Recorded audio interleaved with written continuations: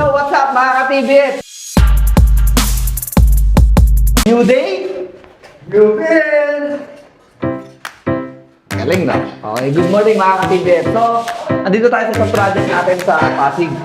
So, nakikita nyo for finishing sila. So, mukhang kailangan natin magdagdag ng tao dito mga ka-TBF.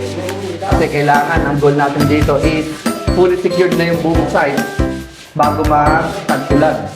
Or nangyayari tayo sa client natin. So, follow me mga ka-TBF. Iikutin natin to. Okay? Ayan mga ka-TBF, ang init. So, nakikita nyo, ito yung roof deck. So, ito ay 3-story with roof deck. 9 doors apartment. So, nakita nyo, ito, okay na yung parapet. Ipipinish na lang din. Magsisimula tayo dito sa taas, pababa. Okay? So, follow me, guys. Alright, ito naman mga ka-TBF, yung third floor. So, pakikuhanan mo, Papa G. So, nakita nyo, may PVC ceiling na siya dito. Hindi ko alam kung PVC to o spandrel. Parehas lang naman yan eh. Yung spandrel kasi may iba-ibang klase. May PVC, may yero, may kahoy. Ewan ko, basta yun na yun. Ito yung isang kwarto. Okay. So, ready for painting na lang din.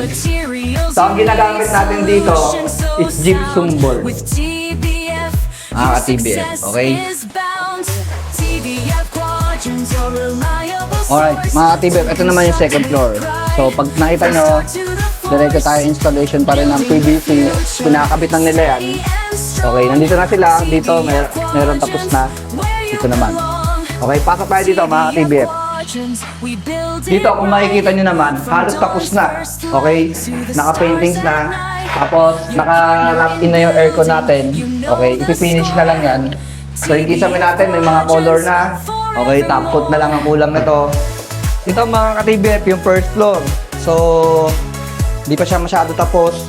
Ipa-plaster pa siya. Ito na yung mga tiles natin. Kompleto na to, may pasobra na to. So, ready for installation na rin tayo ng mga tiles. So, ang daming tiles. 4. Kuhaan ng metro, panik tayo sa roof deck.